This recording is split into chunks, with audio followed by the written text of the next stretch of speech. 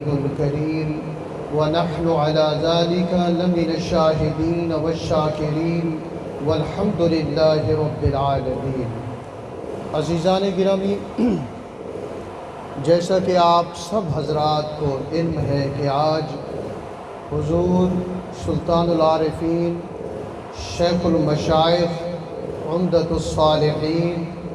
منظور مقبول بارگاہ رسول مقبول صلی اللہ تعالی علیہ وسلم قطب الاقطاب وارث دستار رسول پاک صلی اللہ علیہ وسلم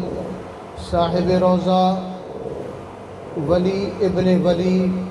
حضور حضرت خواجہ محمد حامد اللہ غریب نواز رحمۃ اللہ تعالی علیہ کا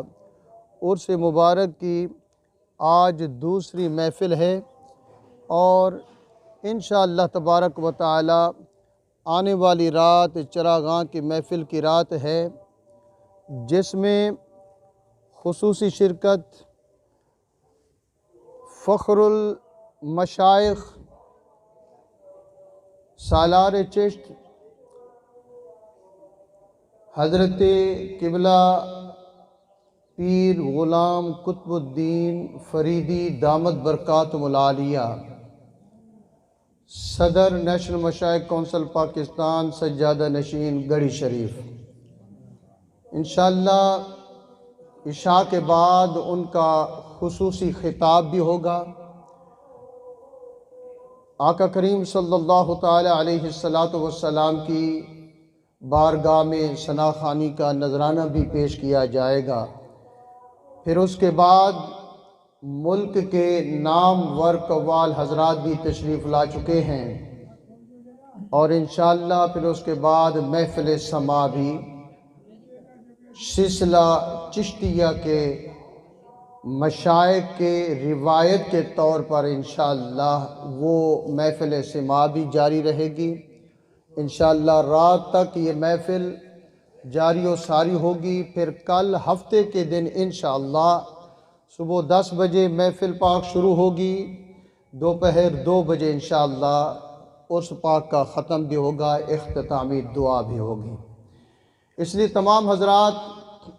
اپنی اپنی مصروفیات سے ٹائم نکال کر اس طرح کی روحانی محافل میں ضرور شرکت فرمائیں۔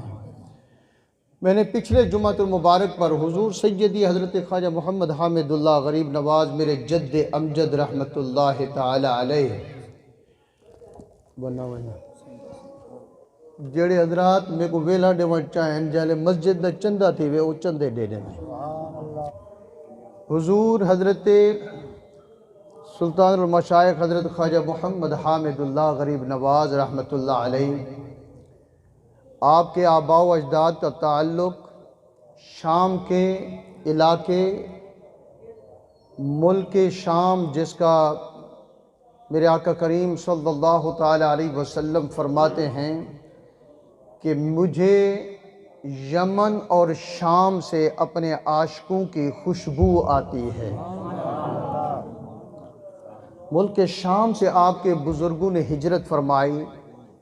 مدینہ طیبہ میں سکون اختیار فرمائی۔ حضور کے